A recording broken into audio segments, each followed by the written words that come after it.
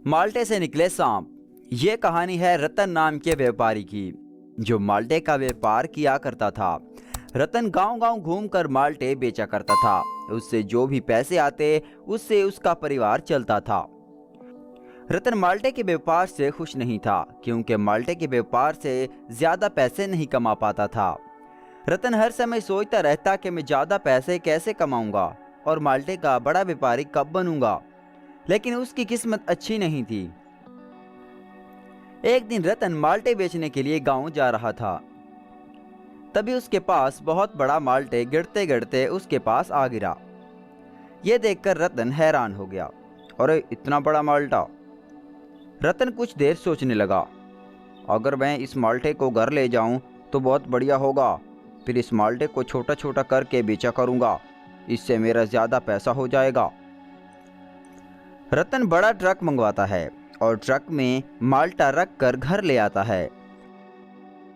रतन हर दिन बड़े माल्टे से छोटे छोटे माल्टे निकाल कर बाजार में बेचा करता है। रतन इस तरह ज्यादा माल्टे बेचकर ज्यादा पैसे कमा लेता था। रतन को ज्यादा पैसे आने से रतन बहुत खुश हो गया था। अब मुझे बड़ा व्यापारी बनने से कोई नहीं रोक पाएगा। हर दिन की तरह रतन माल्टे लेकर गांव जाता है। तभी एक ग्राहक बोलता है, अरे रतन, ये तुम्हारा माल्टा है क्या? हाँ हाँ, मेरा है। खा के देखो, बहुत ही मीठा है। तुम्हारे माल्टे में जहर है। इस माल्टे को खाकर मेरा बेटा मर गया। ये बात सुनकर रतन हैरान हो जाता है और घर चला जाता है।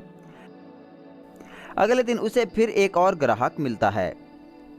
अरे रतन, तुमने जो कल माल्टे दिए थे उसमें जहर है। उसे खाकर मेरी बीवी मर गई है। रतन ये सुनकर हैरान हो जाता है। अब ये तो सभी बोल रहे हैं कि मेरे माल्टे में जहर है। लगता है लोग पागल हो गए हैं। रतन तुरंत घर वापस आ जाता है। तभी माल्टे के ऊपर जाता है और देखता है। रतन सांप को देखकर डर जाता है। अरे गांव वाले तो सही बोल रहे हैं। इस माल्टे में सांप का जहर है। अगर इस सांप को नहीं मारा तो पूरा माल्टा सांपों से भर जाएगा। रतन तुरंत सपेरे के पास जाता है और सारी बात बताता है। सपेरा ये सुनकर रतन के साथ उसके घर आ जाता है। सपेरा बड़े माल्टे से सांप और उसके बच्चों को अपने घर ले जाता है। फिर रतन माल्टे पर जाता है और सपेरे से ली गई जड़ी बूटी माल्टे में डाल देता है और कुछ दिन बाद माल्टे से सांप का जहर बिल्कुल निकल जाता है। रतन ये देखकर बहुत खुश हो जाता है। रतन फिर से पहले की तरह बड़े माल्टे से छोटे माल्टे निकालकर अपना व्यापार करने लगा और धीरे धीरे अमीर होने लगा और अपने परिवार को खुश रखने लगा। Tractor swimming pool. सुंदरपुर नाम के एक गांव में बग्गू नाम का एक ट्रैक्टर ड्राइवर रहता था, जिसके पास एक ट्रैक्टर था। लेकिन कुछ दिनों से उसकी कमाई नहीं हो रही थी। अरे यार, गांव में कुछ कमाई नहीं हो रही, कुछ करना पड़ेगा। फिर बग्गू ने अपने दिमाग का इस्तेमाल किया, जिसने अपने ट्रैक्टर में एक स्विमिंग पूल बनाकर गांव से शहर चला गया। बग्गू रास्ते में जाते हुए गाना गाते हुए जा रहा था और बहुत खुश हो रहा था और सोच रहा था कि इस ट्रैक्टर स्विमिंग पूल से मेरा बिजनेस बहुत अच्छा हो जाएगा। और ये सोचते हुए वो आगे जा रहा था। तभी वो देखता है कि एक पेड़ के नीचे एक आदमी बैठा है और रो रहा है। बग्गू अपनी गाड़ी रोकता है और उसके पास चला जाता है और उससे पूछता है, अरे भाई, तुम क्यों रो रहे हो? क्या हुआ है? तुम्हारा क्या नाम है? वो आदमी उसे कहता है, अरे भाई, मेरा नाम अजय है। मैं पास ही के गांव में रहता हूँ। मेरी माँ और पिता जीवित नहीं हैं।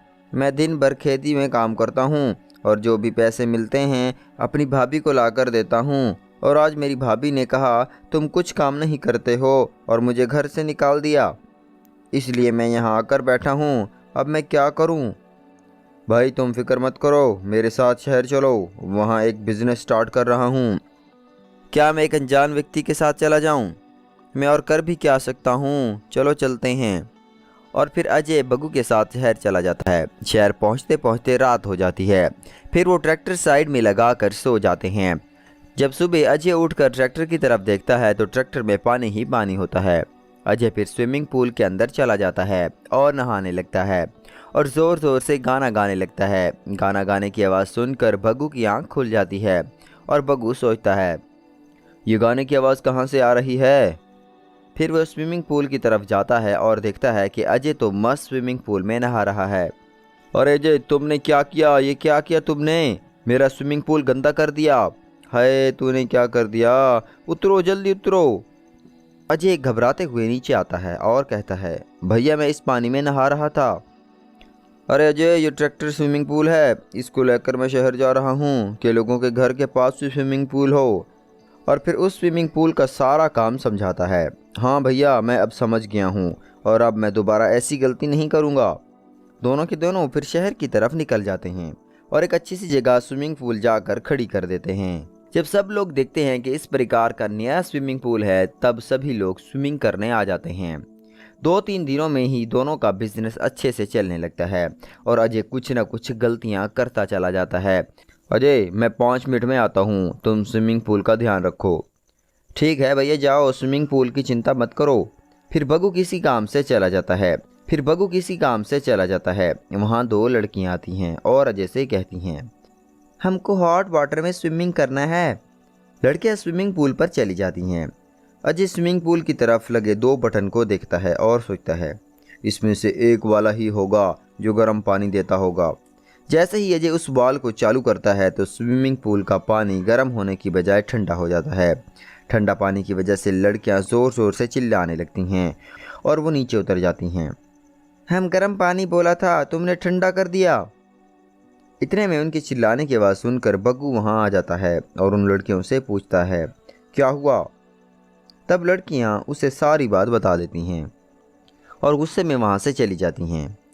अजय, तू सच बेभोला है यार। और बग्गू अजय को अपने साथ रखकर सारा काम सिखाता है। मछली के पेट में आदमी। एक बार सुंदरपुर नाम के गांव में पवन नाम का एक आदमी रहता था। पवन हर समय समुंदर जाया करता था और मछली पकड़ा करता था। हर दिन की तरह पवन ज्यादा मछली पकड़ने की लालच में समुंदर की गहराई में चला जाता है। तभी उसकी नज़र जलपरी पर पड़ती है। पवन सोचने लगता है, अगर मैं जलपरी को पकड़कर बेच दूं तो रातों रात माला माल बन जाऊंगा। यूं जलपरी को पकड़ने के लिए जाता है। तभी जलपरी की नज़र मछुआरे पर पड़ती है। ये देखकर जलपरी वहां से भाग जाती है। पवन अपनी गलती के कारण जलपरी को पकड़ नहीं पाता और जलपरी उसके हाथों से भाग जाती है। तो पवन अपने घर आ जाता है। अगले दिन पवन समंदर जाता है और जलपरी को ढूंढने लगता है। बहुत देर ढूंढने के बाद जलपरी उसे नजर आ जाती है। तभी पवन बोलता है, और जैसे ही करके जलपरी को पकड़ लूंगा। ये कहते ही पवन जलपरी को पकड़ने जाता है। जलपरी मछुआरे को देखकर वहां से भाग जाती है। जलपरी भागते भागते मगरमच्छ के पास आ जाती है और सारी बात बताती है। मगरमच्छ, मगरमच्छ, एक मछुआरा कल से मेरे पीछे पड़ा है। वो मुझे पकड़ना चाहता है। तुम मेरी मदद करो, मुझे इस मछुआरे से मुक्ति दिलाओ। ये बात सुनकर मगरमच्छ हैरान हो जाता है। तभी मगरमच्छ बोलता है, मेरे होते हुए तुम्हें कौन मारना चाहता है? कल उसे आने दो, मैं उस मछुआरे को देख लूंगा। इधर पवन अपनी बेवकूफ़ी के कारण जलपरी को पकड़ नहीं पाता। तभी पवन बोलता है, अरे क्या करूं, जलपरी को कैसे पकड़ा जाए? जो भी उपाय सोचता हूं बेकार हो जाता है। शाम होते ही पवन घर आता है और समुंदर में देखी जलपरी की बातें अपनी बीवी से कहता है। ये बात सुनते ही पवन की बीवी हंसने लग जाती है। तभी पवन की बीवी बोलती है, इस छोटी सी बात पर क्यों परेशान हो रहे हो? मैं जो बोल रही हूँ वही काम करो, देखना तुम इस काम से जलपरी को पकड़ लोगे। अगले दिन होते ही पवन खिलौने की मछली में बैठकर समुंदर को जाता है और जलपरी को इधर उधर ढूंढने लगता है। तभी पवन जलपरी को देख लेता है। आज तुम मेरी इस उपाय से नहीं बच पाओगी। आज जैसे ही करके मैं तुम्हें पकड़ लूँगा। पवन धीरे धीरे जलपरी के पास जाता है और उसके पास फांस फेंकता है। कुछ देर बाद जलपरी फांस के पास आती है। उसके साथ लगे हुए खाने को देखकर खाने लगती है। तभी फांस उसके मुंह में लग जाता है। ये देखते हुए पवन खुश हो जाता है और जलपरी को खींचते खींचते किनारे को ले जाता है। तभी मगरमच्छ की नज़र जलपरी पर पड़ती है। ये देखकर मगरमच्छ पवन पर हमला कर देता है।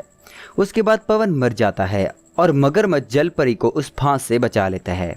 मगरमच्छ और जलपरी अच्छे दोस्त बन जाते हैं और खुशी खुशी रहने लगते हैं।